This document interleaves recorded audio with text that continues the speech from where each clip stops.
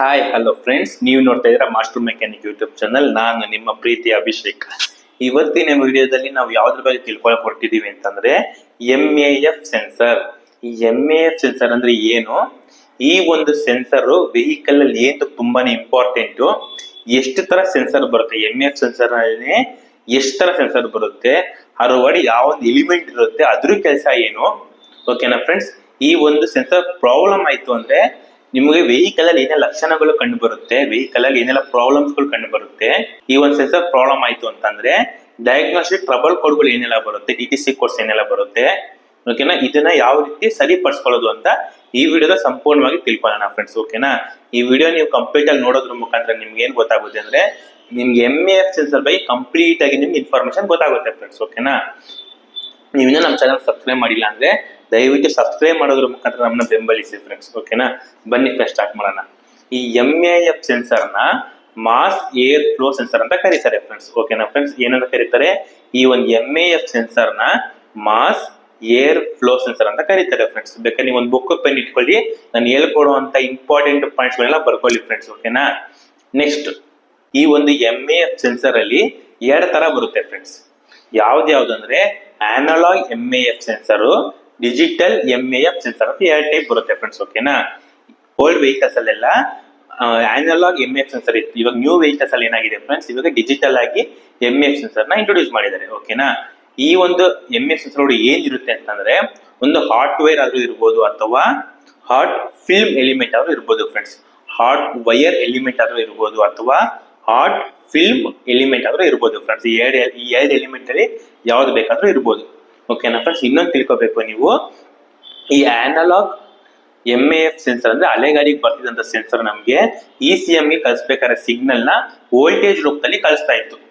ಓಕೆನಾ ಫ್ರೆಂಡ್ಸ್, ಈ ಡಿಜಿಟಲ್ ಏನಾಗ್ತಿದೆ ಹೊಸದಾಗಿ ಬಂದಿದೆಯಲ್ಲ, ಈ ಡಿಜಿಟಲ್ MAF ಸೆನ್ಸರ್ ಹೊಸ ಗಾಡಿಗೆ ಇಂಟ್ರೊಡ್ಯೂಸ್ ಮಾಡಿರುವಂತ ಡಿಜಿಟಲ್ MAF ಸೆನ್ಸರ್ ಯಾವ ತರ ಸಿಗ್ನಲ್ ನ ಕೊಡುತ್ತೆ ಅಂತಂದ್ರೆ ಫ್ರೀಕ್ವೆನ್ಸಿ ಸಿಗ್ನಲ್ ನ ಕೊಡುತ್ತೆ ಫ್ರೆಂಡ್ಸ್. ಓಕೆನಾ, ಫ್ರೀಕ್ವೆನ್ಸಿ ಅಂದ್ರೆ ನಿಮ್ಗೆಲ್ಲ ಗೊತ್ತೇನೋ, ನಿಮ್ ಹಾರ್ಟ್ ಬೀಟ್ ಹೆಂಗೆ ಚೆಕ್ ECG ಎಲ್ಲ ಚೆಕ್ ಮಾಡಿ ಏನಾಗುತ್ತೆ ಗ್ರಾಫಿಂಗ್ ಬರುತ್ತಲ್ಲ, ಈ ತರ ಸಿಗ್ನಲ್ ನಿಮ್ಗೆ ECM ಗೆ ಕಳಿಸುತ್ತೆ. ಅದೇ ನಿಮ್ಗೆ ಅನಲಾಗ್ ಅಂತಂದ್ರೆ ವೋಲ್ಟೇಜ್ ರೂಪದಲ್ಲಿ ಕಳಿಸೋದು ವೇರಿಯಬಲ್ ವೋಲ್ಟೇಜ್ ಅಂತ ಸಿಗ್ನಲ್ ಅಂತ ಕರೀತಾರೆ ಫ್ರೆಂಡ್ಸ್. ಓಕೆನಾ, ಏನು ಕರೀತಾರೆ, ಅನಲಾಗ್ MAF ಸೆನ್ಸರ್ ಯಾವ ರೀತಿ ಸಿಗ್ನಲ್ ಕೊಡುತ್ತೆ ಅಂತಂದ್ರೆ ECM ಗೆ ವೇರಿಯಬಲ್ ವೋಲ್ಟೇಜ್ ಸಿಗ್ನಲ್. ಅದು ಎಷ್ಟೆಷ್ಟು ಕೊಡುತ್ತೆ ಅಂತಂದ್ರೆ 0 ಇಂದ 5 ವೋಲ್ಟೇಜ್ ಹೋಗುತ್ತೆ ಫ್ರೆಂಡ್ಸ್. ಕಮ್ಮಿ ಏರ್ ಬಂತಂದ್ರೆ 0 ವೋಲ್ಟೇಜ್ ಅಂತ ತಗೊಳುತ್ತೆ, ಜಾಸ್ತಿ ವೋಲ್ಟೇಜ್ ಬಂದ್ರೆ 5 ವೋಲ್ಟೇಜ್ ಅಂತ ತಗೊಳುತ್ತೆ. ಅದ್ರ ಮೇಲೆ ಅದು ವೇರಿ ಆಗ್ತಾ ಇರುತ್ತೆ. 0 to 5 ಜಾಸ್ತಿ ಬಂದಷ್ಟು ಜಾಸ್ತಿ ಆಗ್ತಾ ಇರುತ್ತೆ ವೋಲ್ಟೇಜ್, ಕಮ್ಮಿ ಬಂದಷ್ಟು ಕಮ್ಮಿ ಆಗ್ತಾ ಇರುತ್ತೆ ವೋಲ್ಟೇಜ್. ಆದ್ರೆ 0 to 5 ವೋಲ್ಟೇಜ್ ಒಳಗಡೆನೆ ಅದ್ರ ವೋಲ್ಟೇಜ್ ಇರುತ್ತೆ ಫ್ರೆಂಡ್ಸ್. ಓಕೆನಾ, ನೆಕ್ಸ್ಟ್ ಡಿಜಿಟಲ್ ನೋಡೋಣ. ಡಿಜಿಟಲ್ ಅಲ್ಲಿ ಇಷ್ಟೇ ಅಷ್ಟೇ ಅಂತ ಇಲ್ಲ ಫ್ರೆಂಡ್ಸ್. ಓಕೆನಾ, ಏರ್ ಜಾಸ್ತಿ ಬಂದಾಗ ಫ್ರೀಕ್ವೆನ್ಸಿ ಜಾಸ್ತಿ ಬರುತ್ತೆ, ಏರ್ ಕಮ್ಮಿ ಆದಾಗ ಫ್ರೀಕ್ವೆನ್ಸಿ ಕಮ್ಮಿ ಬರುತ್ತೆ. ಓಕೆನಾ, ಈ ಟೈಪ್ ಅಲ್ಲಿ ಸಿಗ್ನಲ್ ನ ECM ಗೆ MAF ಸೆನ್ಸರ್ ಕಳಿಸುತ್ತೆ. ಓಕೆನಾ ಫ್ರೆಂಡ್ಸ್, ಏರ್ ಜಾಸ್ತಿ ಬಂದಿದ್ಯಾ ಕಮ್ಮಿ ಬಂದಿದ್ಯಾ ಅಂತ ಹೇಳ್ಬಿಟ್ಟು ECM ಗೆ ಸಿಗ್ನಲ್ ನ ಕಳಿಸುತ್ತೆ. ECM ಏನ್ ಮಾಡುತ್ತೆ ಅಂತಂದ್ರೆ ಇಂಜಿನ್ ಒಳಗಡೆ ಇಗ್ನೇಷನ್ ಟೈಮಿಂಗ್ ನ ಮತ್ತೆ ಫ್ಯೂಯಲ್ ಇಂಜೆಕ್ಟರ್ ನ ಕಂಟ್ರೋಲ್ ಮಾಡುತ್ತೆ.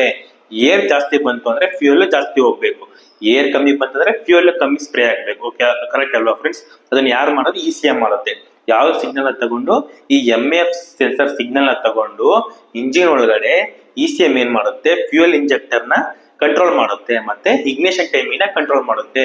ಯಾವ ಒಂದು ಟೈಮ್ ಅಲ್ಲಿ ಸ್ಪಾರ್ಕ್ ಆಗ್ಬೇಕು ಅಂತ ಅದನ್ನು ಕಂಟ್ರೋಲ್ ಮಾಡುತ್ತೆ. ನೀವು ಇಷ್ಟು ತಿಳ್ಕೋಬೇಕು ಫ್ರೆಂಡ್ಸ್.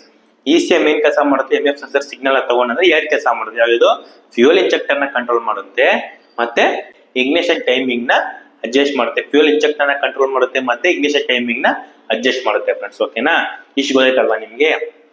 ನೆಕ್ಸ್ಟ್ ನೋಡೋಣ ಫ್ರೆಂಡ್ಸ್, ಈ ಒಂದು ಸೆನ್ಸರ್ ಪ್ರಾಬ್ಲಮ್ ಆಯ್ತಂದ್ರೆ ವೆಹಿಕಲ್ ಅಲ್ಲಿ ಏನೆಲ್ಲ ಪ್ರಾಬ್ಲಮ್ ಬರುತ್ತೆ ಅಂತಂದ್ರೆ ಏನೆಲ್ಲ ಲಕ್ಷಣಗಳು ಕಂಡು ಬರುತ್ತೆ ಅಂತಂದ್ರೆ ಮೈಲೇಜ್ ಇರೋದಿಲ್ಲ, ಅಂದ್ರೆ ಪೂರ್ ಫ್ಯೂಯಲ್ ಎಕಾನಮಿ ಇರುತ್ತೆ, ಮತ್ತೆ ಹೈಡ್ಲಿಂಗ್ ಸರಿ ಇರೋದಿಲ್ಲ. ಹೈಡ್ಲಿಂಗ್ ಅಲ್ಲಿ ನಿಮ್ಗೆ ಏನಾಗ್ತಿರುತ್ತೆ, ಗಾಡಿ ಒಂಥರ ಬುಗು ಅಂತ ಇರುತ್ತೆ, ಮತ್ತೆ ನಿಮ್ಗೆ ಸ್ಟಾಲೆ ಆಗ್ತಾ ಇರುತ್ತೆ, ವೈಬ್ರೇಷನ್ ಜಾಸ್ತಿ ಬರ್ತಾ ಇರುತ್ತೆ, ಇಂಜಿನ್ ಅಲ್ಲಿ ವೈಬ್ರೇಷನ್ ಜಾಸ್ತಿ ಬರುತ್ತೆ, ಮತ್ತೆ ಅಸಿಟೇಷನ್ ಆಗ್ತಾ ಇರುತ್ತೆ. ಎಕ್ಸೈಟರ್ ಕೊಟ್ಟಾಗ ನೀವು ಮಿಸ್ಸಿಂಗ್ ಹೊಡಿತಾ ಇರುತ್ತೆ, ಗಾಡಿ ಮಿಸ್ಸಿಂಗ್ ಬರ್ತಾ ಇರುತ್ತೆ. ಓಕೆನಾ ಫ್ರೆಂಡ್ಸ್, ಈ ಪ್ರಾಬ್ಲಮ್ ಎಲ್ಲ ನಿಮ್ಗೆ ಕಂಡು ಬರುತ್ತೆ. ಇನ್ನೊಂದು ಏನಂದ್ರೆ ನಿಮ್ಗೆ ಕ್ಲಸ್ಟೋಮೀಟರ್ ಅಲ್ಲಿ mall function indication light glow ಆಗುತ್ತೆ ಫ್ರೆಂಡ್ಸ್.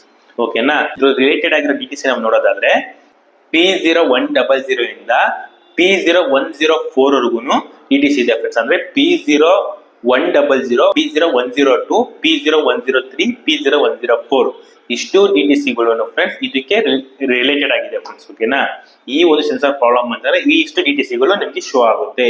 ಇಲ್ಲಿ ಯಾವ DTC ಬೇಕಾದ್ರೆ ಬಂದಿರಬಹುದು.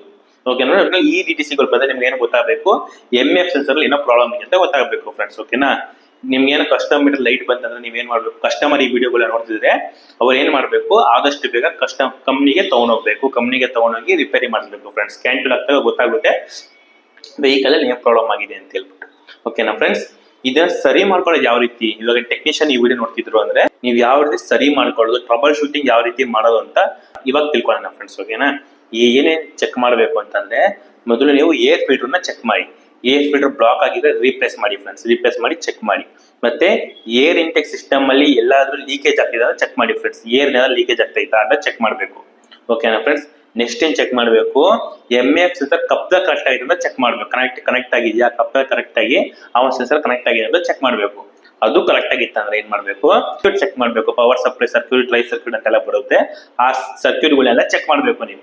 ಓಕೆ, ಇಲ್ಲಿ ಕಚ್ಚಿದ್ರೆ ನಿಮಗೆ ಗೊತ್ತಾಗುತ್ತೆ. ಅದ್ರಲ್ಲಿ ಈಗ ಏನೋ ಕ್ರ್ಯಾಕ್ ಬೈಟ್ ಏನಾದ್ರು ಆಗಿತ್ತಂದ್ರೆ, ಇಲ್ಲ ಸ್ಕಿನ್ ಆಗಿತ್ತು ಅಂತಂದ್ರೆ ನಿಮ್ಗೆಲ್ಲ ಐಡೆಂಟಿಫೈ ಆಗ್ಬಿಡುತ್ತೆ. ಎಲ್ಲಾ ಕರೆಕ್ಟ್ ಆಗಿದೆ ಅಂದ್ರೆ ಸೆನ್ಸರ್ ರೀಪ್ಲೇಸ್ ಮಾಡ್ಬೇಕು ಫ್ರೆಂಡ್ಸ್. ಇಷ್ಟು ಮಾಡೋದ್ರ ಮುಖಾಂತರ ನಿಮ್ ವೆಹಿಕಲ್ ಅಲ್ಲಿ ಈ ಒಂದು ಪ್ರಾಬ್ಲಮ್ ಸಾಲ್ವ್ ಆಗುತ್ತೆ ಫ್ರೆಂಡ್ಸ್. ಓಕೆನಾ, ನಿಮ್ಗೆ ಈ ವಿಡಿಯೋ ಇಷ್ಟ ಆಗಿದ್ರೆ ದಯವಿಟ್ಟು ಲೈಕ್ ಮಾಡಿ, ಶೇರ್ ಮಾಡಿ, ಸಬ್ಸ್ಕ್ರೈಬ್ ಮಾಡಿ ಫ್ರೆಂಡ್ಸ್. ಆಡಿ ನಾನು CMP ಸೆನ್ಸರ್, CKB ಸೆನ್ಸರ್ ಬಗ್ಗೆ ಆಡಿನ ವಿಡಿಯೋ ಮಾಡಿದ್ದೀನಿ ನಾನು.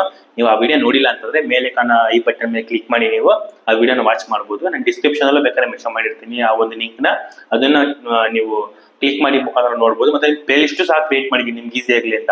ಆ ಸೆನ್ಸರ್ ಅಂತ ಒಂದು ಪ್ಲೇ ಲಿಸ್ಟ್ ಇದೆ. ಆ ಪ್ಲೇ ಲಿಸ್ಟ್ ಮೇಲೆ ಕ್ಲಿಕ್ ಮಾಡಿದ್ರೆ ನಿಮ್ಗೆ ಪ್ರತಿ ಒಂದು ಸೆನ್ಸರ್ ಬಗ್ಗೆ ನಿಮಗೆ ಡೀಟೇಲ್ಸ್ ನಿಮ್ಗೆ ಗೊತ್ತಾಗುತ್ತೆ ಫ್ರೆಂಡ್ಸ್. ಓಕೆನಾ, ನಿಮ್ಗೆ ವಿಡಿಯೋ ಇಷ್ಟ ಆಗಿದ್ರೆ ದಯವಿಟ್ಟು ಸಬ್ಸ್ಕ್ರೈಬ್ ಮಾಡಿ ಫ್ರೆಂಡ್ಸ್. ಧನ್ಯವಾದಗಳು.